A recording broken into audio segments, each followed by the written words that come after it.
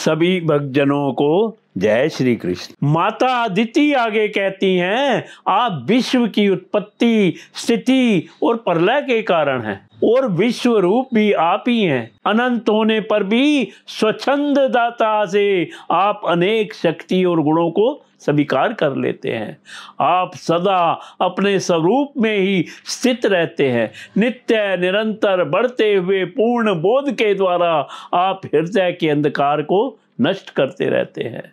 भगवान, मैं आपको नमस्कार करती हूँ। प्रभु अनंत, जब आप प्रसन्न हो जाते हैं तब मनुष्यों को ब्रह्मा जी की दीर्घायु, उनके ही समान दिव्य शरीर, प्रत्येक अभिष्ट वस्तु, अतुलित धन, स्वर्ग, पृथ्वी, पाताल योग की समस्त सिद्धियां, अर्थ, धर्म, काम, रूप, तिर्वग और केवल ज्ञान तक प्राप्त हो जाता है। फिर शत्रुओं पर विजय प्राप्त करना आदि जो छोटी छोटी कामनाएं हैं, उनके संबंध में तो कहना ही क्या है। श्री सुखदेव जी कहते हैं, परीक्षित, जब अदिति ने इस प्रकार कमल नयन भगवान की स्तुति की तब समस्त प्राणियों के हृदय में रहकर उनकी गतिविधि जानने वाले भगवान ने यह बात कही। श्री भगवान ने कहा, देवताओं की जननी अदिति, तुम्हारी चिरकालीन अभिलाषा को मैं जानता हूँ। शत्रुओं ने तुम्हारे पुत्रों की संपत्ति छीन ली है, उन्हें उनके लोक स्वर्ग से खदेड़ दिया है। तुम चाहती हो कि युद्ध में तुम्हारे पुत्र उन मतवाले और बलि असुरों को जीतकर विजय लक्ष्मी प्राप्त करें। तब तुम उनके साथ भगवान की उपासना करो। तुम्हारी इच्छा यह भी है कि तुम्हारे इंद्र आदि पुत्र जब शत्रुओं को मार डाले तब तुम उनकी रोती हुई दुखी स्त्रियों को अपने आंखों देख सको। अदिति, तुम चाहती हो कि तुम्हारे पुत्र धन और शक्ति से समृद्ध हो जाएं, उनकी कीर्ति और ऐश्वर्य उन्हें फिर से प्राप्त हो जाए तथा वे स्वर्ग पर अधिकार जमाकर पूर्ववत विहार करें। परंतु देवी, वे असुर सेनापति इस समय जीते नहीं जा सकते, ऐसा मेरा निश्चय है, क्योंकि ईश्वर और ब्राह्मण इस समय उनके अनुकूल है। इस समय उनके साथ यदि लड़ाई छेड़ी जाएगी तो उससे सुख मिलने की आशा नहीं है। फिर भी देवी, तुम्हारे इस व्रत के अनुष्ठान से मैं बहुत प्रसन्न हूँ, इसलिए मुझे इस संबंध में कोई ना कोई उपाय सोचना ही पड़ेगा, क्योंकि मेरी आराधना व्यर्थ तो होनी ही नहीं चाहिए। उससे श्रद्धा के अनुसार फल अवश्य मिलता है। तुमने अपने पुत्रों की रक्षा के लिए ही विधि पूर्वक पयोव्रत से मेरी पूजा एवं स्तुति की है। अतः मैं अंश रूप से कश्यप के वीर्य में प्रवेश करूंगा और तुम्हारा पुत्र बनकर तुम्हारी संतान की रक्षा करूंगा। कल्याणी, तुम अपने पति कश्यप में मुझे इसी रूप में स्थित देखो और उन निष्पाप प्रजापति की सेवा करो।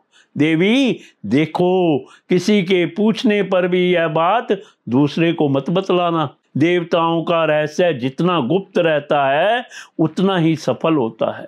श्री सुखदेव जी कहते हैं, इतना कहकर भगवान वहीं अंतर ध्यान हो गए। उस समय अदिति यह जानकर कि स्वयं भगवान मेरे गर्भ से जन्म लेंगे, अपनी कृतज्ञता का अनुभव करने लगी। भला यह कितनी दुर्लभ बात है। वह बड़े प्रेम से अपने पतिदेव कश्यप की सेवा करने लगी। कश्यप जी सत्यदर्शी थे, उनके नेत्रों से कोई बात छिपी नहीं रहती थी। अपने समाधि योग से उन्होंने जान लिया कि भगवान का अंश मेरे अंदर प्रविष्ट हो गया है।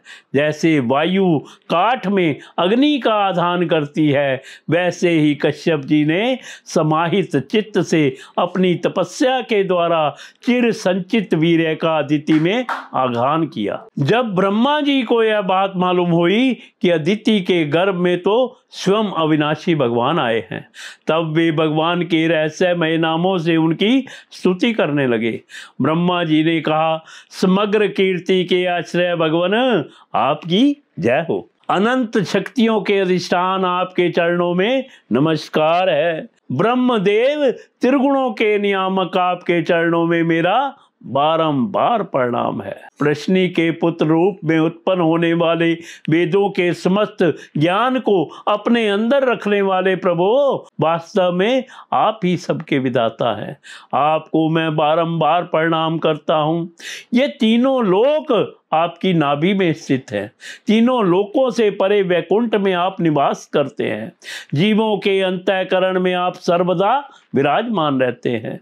ऐसे सर्वव्यापक विष्णु को मैं नमस्कार करता हूँ। प्रभु, आप ही संसार के आदि, अंत और इसलिए मध्य भी हैं। यही कारण है कि वेद अनंत शक्ति पुरुष के रूप में आपका वर्णन करते हैं।